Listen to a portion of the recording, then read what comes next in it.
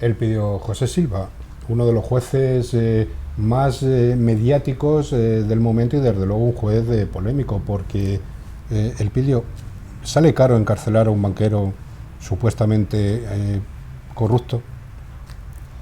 Hombre, en una situación como la española sí, hay que reconocer que lo que se ha organizado alrededor de esto es de una desproporción lamentable de todo punto de vista, ¿no?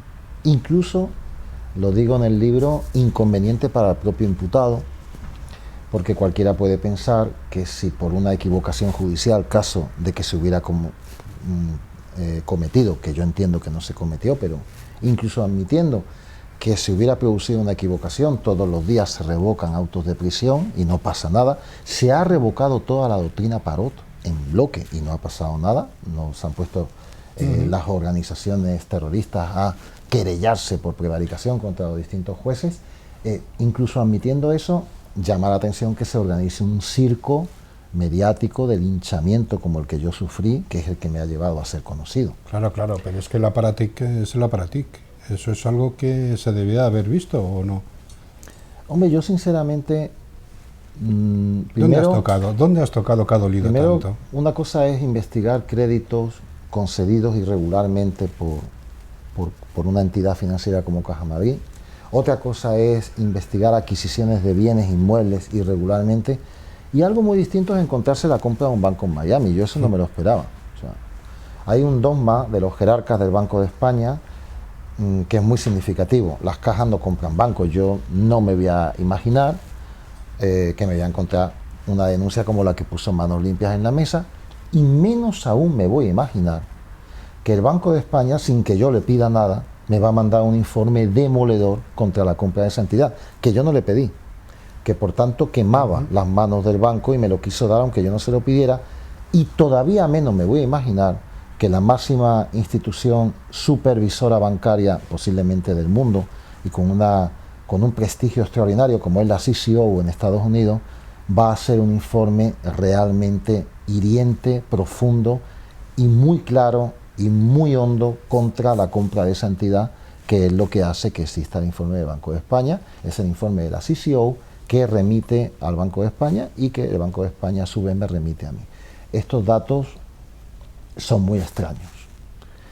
Y el número de personas que puede aparecer indiciada como implicada en lo que pudieron ser las finalidades de la compra de ese banco, pues es también muy difícil de calcular de antemano. Claro, hay con ciertos señores o con ciertos poderes hemos tocado, pero en realidad el juez, porque el juez sigue siendo juez, Elpidio José Silva sigue siendo juez, aunque le han intentado apartarlo, están apartado momentáneamente por el Consejo General del Poder Judicial, que ahora hablamos de eso, pero él está aquí realmente porque acaba de publicar un libro que es La justicia desahuciada, un título muy curioso en esta época de desahucios de gente que no tiene ni para comer. Resulta que la justicia también está en la calle. ¿Qué es esto? Bueno, yo creo que la metáfora alude a que toda la sociedad española está desahuciada, es decir, España se ha convertido en un país que conserva una cierta apariencia, pero es un país pobre en bancarrota. Es decir, España está en los escalones más bajos en los que se puede encontrar una potencia económica. Nosotros debemos, en concepto de deuda soberana, más que nuestro PIB anual. Esto es tan impresionante. Esto no se le ha explicado bien a los españoles lo que esto significa, ¿eh? Es decir, el otro día me acuerdo que en una entrevista se le preguntaba al embajador venezolano que si Venezuela era un país con inseguridad jurídica para invertir. Claro, el embajador fue educado y nos dijo lo que tenía que haber dicho. Oiga, mire, Venezuela, si tú ese, por favor, debe un 28% y usted debe más del 100%. Pero es que además Venezuela, como consecuencia de los royalties tan impresionantes que le genera ser uno de los primeros exportadores mundiales de petróleo, podría pagar los intereses. Nosotros no tenemos crecimiento de PIB para pagar los intereses de esa deuda. Con lo cual España tiene un panorama que es más oscuro que el negro, que oscuro, no sabemos bien. Oscuro solo por la deuda, oscuro por la corrupción. Panorama económico demoledor, panorama institucional y de falta de legitimación aterrador, y panorama de falta de puesta en escena proactividad y conciencia de todo esto que es sumamente preocupante. Es decir, la sociedad española se enfrenta a problemas tremendos y gravísimos, como para que por ahí ande el gobierno diciendo que estamos mejorando, que mejora el PIB. No, no, por Dios. La mejora de la que se habla no tiene ningún significado, ninguna eficacia, y si además sumamos los 6 millones de parados... ¿Pero por qué la justicia desahuciada? Porque está desahuciada la sociedad española. ¿Está politizada la justicia? La justicia no solamente está ¿La politizada. justicia justa?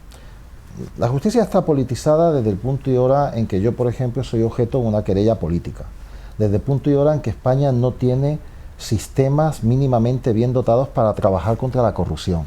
Desde el punto y hora en que de hecho somos un paraíso fiscal porque tenemos niveles de economía sumergida por encima del 30% del PIB. Desde el punto y hora en que la potestad tributaria del Estado no llega a los índices de riqueza más relevantes del país. La potestad tributaria gravita de manera insultante sobre la misma clase media. 6 millones de parados, falta de cohesión social, falta de estructura económica, falta de medidas económicas verdaderamente dirigidas a reducir el déficit de manera inteligente, desmantelamiento del estado de bienestar cuando menos se tenía que haber tocado ese estado de bienestar. Todo esto lleva a una falta de armonía, una falta de cohesión que desahucia a la sociedad española, que la deja a la deriva. Pero señoría, ¿cuándo van a salir de verdad los grandes listados de los grandes corruptos? ¿Cuándo haremos públicas las listas de Falciani, de lo que tenemos en Suiza? Acaba de emitir ahora, obligado creo yo, pero no sé, acaba de emitir un senador regional del PP, cosa que por tener haber tenido una cuenta en Suiza, cosa que no suele ocurrir mucho. ¿Cuándo vamos a saber eso? ¿Por qué se lía la que se lía cuando aparecen los correos de Blesa? Bueno, yo creo realmente que hasta que no tengamos un aparato judicial bien montado para trabajar contra la corrupción, hasta que no se den cuenta los corruptos de que el gobierno de la nación tiene como primer cometido terminar con la corrupción, porque la corrupción es la madre de la pobreza y del empobrecimiento del país, hasta que las medidas legislativas, procesales, judiciales no se proyecten adecuadamente para crear juzgados de lo económico penal, juzgados de derecho penal económico, oficinas de recuperación de activos, que cuando comience el proceso, el corrupto ya tenga todo el patrimonio investigado e intervenido. Eso hay que hacerlo ya. No podemos permitir procesos que no valen para nada, que van a una velocidad de tortuga, mientras el corrupto se ríe, brinda con champán y se siente tan contento en su salsa que se llama impunidad, que es la salsa del corrupto, donde él está feliz siendo impune. Esto hay que pararlo, y es muy fácil porque las medidas se conocen: el comiso sin condena, las oficinas de recuperación de activos, una policía fiscal y de la corrupción eficaz y bien dotada, jueces que verdaderamente ostenten poderes cautelares y extraordinarios contra la corrupción, una justicia independiente, un ministerio fiscal independiente. Mientras tengamos un ministerio fiscal que es un conjunto de elementos funcionariales acaudillados por el fiscal general del Estado bajo la correa del principio jerárquico, eso no permite. Así no se puede. Bueno, estaríamos horas, pero es imposible, no puede ser. El libro, lo tienen todo en el libro de Elpidio José Silva, que se titula La justicia desahuciada.